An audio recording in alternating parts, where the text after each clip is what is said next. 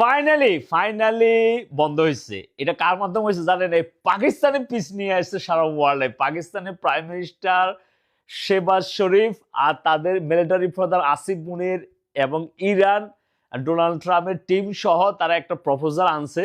ওই প্রপোজালের অনুযায়ী যে ইমিডিয়েটলি সিজফায়ার হয়ে গেছে অলরেডি। দোনো পক্ষ এগ্রিমেন্টে গেছে। মানে 2 সপ্তাহের ভিতরে সিজফায়ার থাকবে, 2 সপ্তাহের ভিতরে তারা আরো নেগোসিয়েশন কইরা তারা এটা কমপ্লিট শেষ করে দিবে। এখানে ইরান 10টা পয়েন্ট নিয়ে আসছে। এই 10টা পয়েন্ট আমি আপনাদেরকে তুলে ধরবো। এই 10টা পয়েন্ট আমেরিকাও ডোনাল্ড ট্রাম্পও বলতেছে কিছু কিছু পয়েন্ট আমরা এগ্রিমেন্টে যাব। ঠিক আছে, তার মানে সিজফায়ার ফাইনালি পিস আসতেছে। ইরান 10টা পয়েন্ট দিছে। এই 10টা পয়েন্টের উপর বেসিস করে ডোনাল্ড ট্রাম্প বলছে যে আমরা ওয়ার্ক করতে পারবো 10টা পয়েন্টের উপর, আমরা অনেকটা এগ্রি এই 10টা পয়েন্টে। এই কারণে সিজফায়ার শুরু হয়ে গেছে। আর ডোনাল্ড ট্রাম্প থেকে বলছে যে ইমিডিয়েটলি মানে সব ধরনের হামলা টামলা এখন বন্ধ করে দিচ্ছে। আর ইরানও ঘোষণা দিচ্ছে যে তারাও কোনো হামলা করবে না। তবে 10টা পয়েন্ট যেটা দিচ্ছে ইরানে, এগুলা ডোনাল্ড ট্রাম্প বলছে তারা এটা মানে কনসিডারেশনে নিতেছে, এটার উপর কাজ করতেছে। এই 2 সপ্তাহ এটার উপর নেগোসিয়েশন হবে, এরপর পার্মানেন্ট হয়ে যাবে।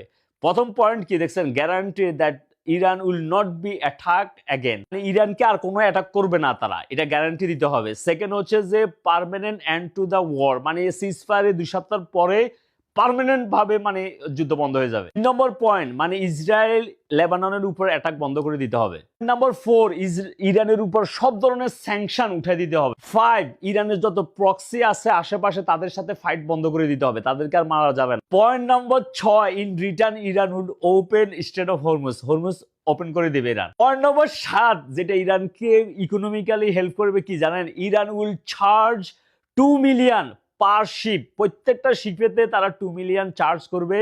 এই চার্জ করবে তারা দেশ গঠন করার জন্য, দেশ আবার রিবিল্ড করার জন্য এই টাকাটা তারা ইউজ।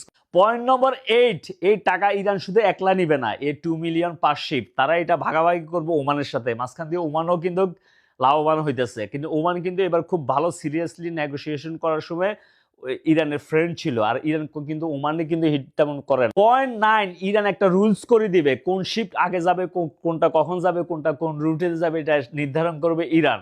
পয়েন্ট নাম্বার 10 লাস্টটা, যে ইরান এই যে টাকাটাও মানে কালেকশন করবে টোল, এই টোলটা তারা মিসাইল বানানোর জন্য ইউজ করবে না, শুধু তাদের ইকোনমি আবার রিবিল্ড করার জন্য ইউজ করবে। ঠিক আছে ভাই, আমরা সাধারণ জনগণ চাই পিস, আমরা মাইট চাই না। খামাখাই মাইটটা করার দরকার ছিল না।